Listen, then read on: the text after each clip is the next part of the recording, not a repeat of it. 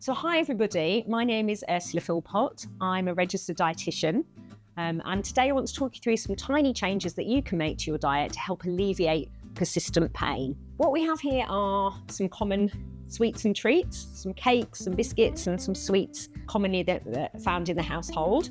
I just want to talk to you a little bit about portioning these out and thinking about little and often. So rather than having no sweets or no cake for ages and then having a large piece, one of the things we recommend is trying to portion things out into smaller amounts and having them a little bit more frequently. That way you get a taste of something nice and sweet. It feels quite luxurious. You've got a bit of a sugar hit, but it's not got the damaging impact that a larger amount of cake or biscuits in one sitting would have. So I'm just going to give you some examples. So if you've got people round and you serve a plate of biscuits like this, people are going to tend to take maybe 1, 2, 3, maybe even 4 of those because they want the variety that's on the plate. So rather than doing that, one way around that would simply be to portion it out beforehand. So you might give them a hot drink or something, some sort of drink with it, and then you might put one on, or maybe two small ones on there, and that's a portion. So you're kind of giving people a portion that they need to be eating, rather than taking from a buffet style. And that's one way to limit portions.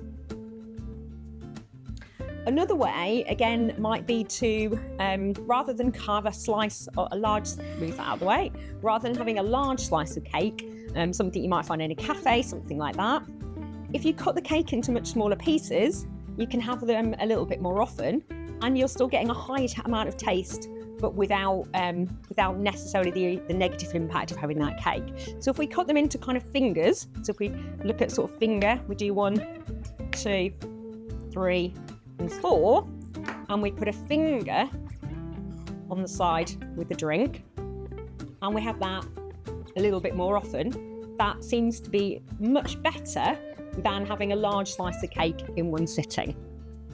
Likewise, we could move through and think about some of the sweets here.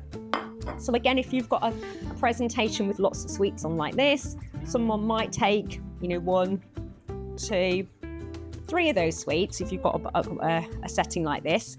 But actually, if you cut them up into smaller portions, what we call bite-sized portions, so they are ready to pick up and put in the mouth,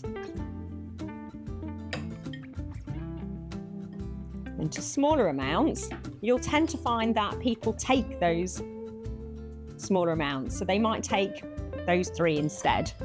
And that's a much easier, smaller portions than having the original large ones.